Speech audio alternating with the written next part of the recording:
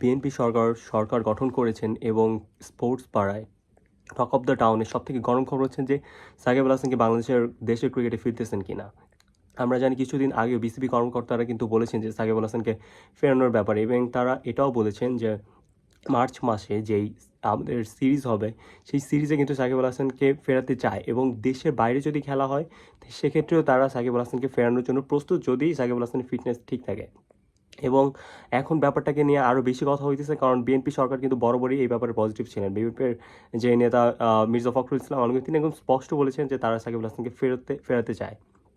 Even আমরা জানি যে বাংলাদেশের যে ক্রিকেট সমর্থক, এর একটা বড় অংশ কিন্তু সাকিব আল হাসানকে ফেরাতে চায়। হ্যাঁ, আমরা জানি যে সাকিব আল হাসানের যে ফ্যাসিস্ট আমলে যে এমপি ছিলেন, কিন্তু তার বিরুদ্ধে যেই ধরনের মামলা রয়েছে সেটা কিন্তু আসলে এক ধরনের একপাক্ষিক মামলা যদি বলা যায়। যেমন আমরা সবাই জানি সাকিব আল হাসান যে খুনের মামলাটি রয়েছে, এটা আসলে অনেক ইররিলেভেন্ট অনেক মামলা রয়েছে, যেটা আসলে সবাই বুঝতে পারে, এবং এই ধরনের মামলা যে আটকানো, এই ধরনের মামলা আসলে খারিজ করে সাকিব আল হাসানকে দেশের জন্য খেলানোর একটা প্রস্তাবনা কিন্তু দিয়েছেন। এবং বিএনপি মির্জা ফখরুল ইসলাম আলমগীর কিন্তু এটাও বলেছিলেন যে সাকিব আল হাসানকে তারা খেলাতে চায়, দেশের জন্য তিনি খেলবেন। সাকিব আল হাসানের প্রথম যে পরিচয়টা, তিনি হলো খেলোয়াড় সাকিব। সো খেলোয়াড় সাকিব হিসেবে তিনি কোনো অন্যায় করেছেন কিনা ক্রিকেট অঙ্গনে, সেটা কিন্তু দেখা হবে। এবং তারই পরিপ্রেক্ষিতে কিন্তু এখন কথা উঠতেছে যে সাকিব আল হাসানকে কি আমাদের বাংলাদেশের ক্রিকেটে আবার ব্যাক করানো হবে কিনা।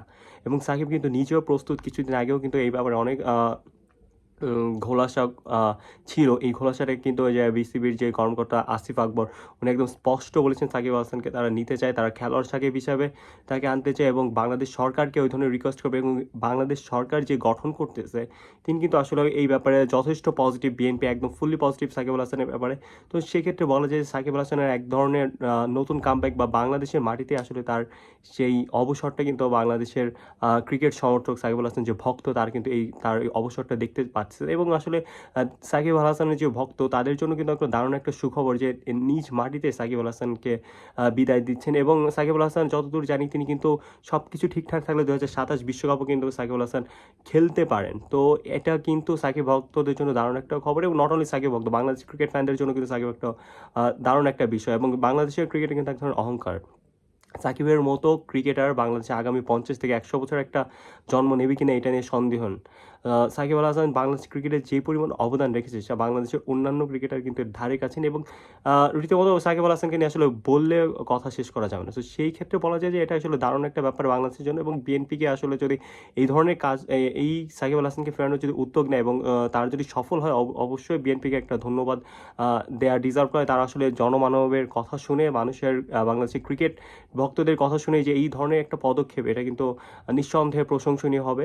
এবং সাকিব আল হাসানকে দেখতে পেলে আমার নিজেরও খুব একটা ভালো লাগবে। এবং Shakib Al Hasan not only a cricketer, he is a great performer. এই যে এমন না যে সাকিব আল হাসান যে দিনের পর দিন ডাক মারি খেলতেছে, সাকিব আল হাসান কিন্তু ক্যারিয়ারের শুরু থেকে শেষ পর্যন্ত সবসময় এক ধরনের বাঘের মতো কিন্তু লড়াই করে গিয়েছেন, এবং সবসময় তিনি বাঘের মতোই ছিলেন।